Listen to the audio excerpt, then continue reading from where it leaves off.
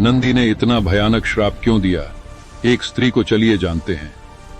हिमालय की पवित्र घाटियों में जहां हर श्वास में तपस्या की सुगंध थी, वहीं भगवान शिव का दिव्य धाम कैलाश पर्वत स्थित था।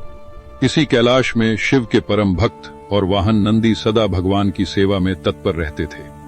नंदी केवल एक बैल नहीं थे, वे शिव भक्ति के सजीव प्रतीक थे। धैर्य, ब्रह्मचर्य, विनम्रता और अनुशासन के अवतार। ये कथा उसी नंदी की है जब एक क्षण के अपमान और अज्ञान ने उन्हें कठोर शाप देने को विवश कर दिया। कैलाश पर्वत और नंदी की तपस्या। नंदी प्रतिदिन ब्रह्म मुहूर्त में उठकर ध्यान में लीन हो जाते। उनका ध्यान केवल शिव पर केंद्रित रहता, न कोई संसारिक इच्छा, न कोई मोह।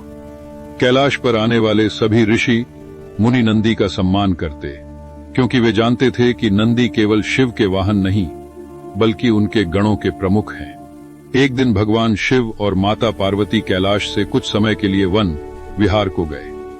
उस समय कैलाश की रक्षा और व्यवस्था की जिम्मेदारी नंदी पर थी। स्त्री का आगमन उसी समय एक सुंदर स्त्री कैलाश की ओर आई। वह नगर से आई थी, धन और सौंदर्य से युक्त, परंतु भीतर से अहंकार से भरी हुई। उसे यह विश्वास था कि उसके रूप के आगे कोई भी संयमी टिक नहीं सकता। जब उसने नंदी को ध्यान में लीन देखा, निश्चल आंखें बंद किए हुए, तो उसके मन में एक विचित्र विचार आया।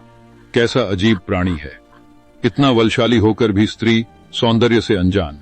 उसने नंदी का उपहास करने का निश्चय किया। अपमान के शब्द स्त्री ने ऊंचे स्वर में कहा, हे बैल, किसका ध्यान कर रहे हो? क्या तुम्हें संसार के सुख दिखाई नहीं देते, या तुम किसी स्त्री के योग्य नहीं हो? नंदी ने कोई प्रतिक्रिया नहीं दी, वे ध्यान में ही रहे। स्त्री का अहंकार और बढ़ गया। उसने और कठोर शब्द कहे, लगता है तुम्हारा जीवन व्यर्थ है, न प्रेम, न परिवार, न आनंद, बस पत्थर की तरह बैठे रहते हो। ये शब्द नंदी के तप और मर्यादा पर सीधा प्रहार थे। जब शब्द सीमा लांघ जाते हैं, तब मौन भी टूटता है। नंदी ने नेत्र खोले। उनकी आंखों में क्रोध नहीं, बल्कि धर्म की ज्वाला थी। उन्होंने गंभीर स्वर में कहा, नारी, तुमने मेरी देह नहीं, मेरी तपस्या का अपमान किया है।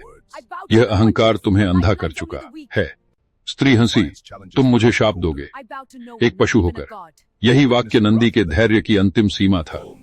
नंदी ने शिव का स्मरण किया और बोले, जिस सौंदर्य पर तुम्हें गर्व है, वही तुम्हारे दुख का कारण बनेगा। तुम जीवन भर ऐसे पुरुषों से घिरी रहोगी जो तुम्हें चाहेंगे नहीं, और जिनसे तुम प्रेम करोगी वे तुम्हें तुच्छ समझेंगे। तुम्हारा अहंकार तुम्हें अकेला कर देगा। यह शाप क्रोध से नहीं, धर्म से निकला था। क्षण भर में स्त्री का तेज मंद पड़ गया। उसका हृदय भय से कांप उठा। उसे पहली बार अपने शब्दों की कठोरता का एहसास हुआ। वह भूमि पर गिर पड़ी और रोते हुए बोली, हे नंदी, मैंने अज्ञान में यह अपराध किया, मुझे क्षमा कर दीजिए। नंदी का हृदय कठोर नहीं था। वे शिव भक्त थे और करुणा शिव का ही स्वरूप है।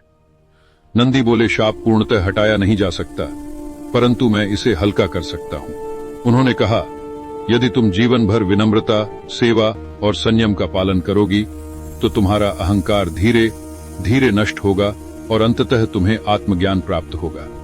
स्त्री ने प्रणाम किया और वहां से चली गई, एक बदले हुए मन के साथ। कुछ समय बाद भगवान शिव कैलाश लौटे। नंदी ने उन्हें सारी घटना सुनाई। भगवान शिव मंद मुस्कान के साथ बोले, नंदी, तुमने धर्म का पालन किया।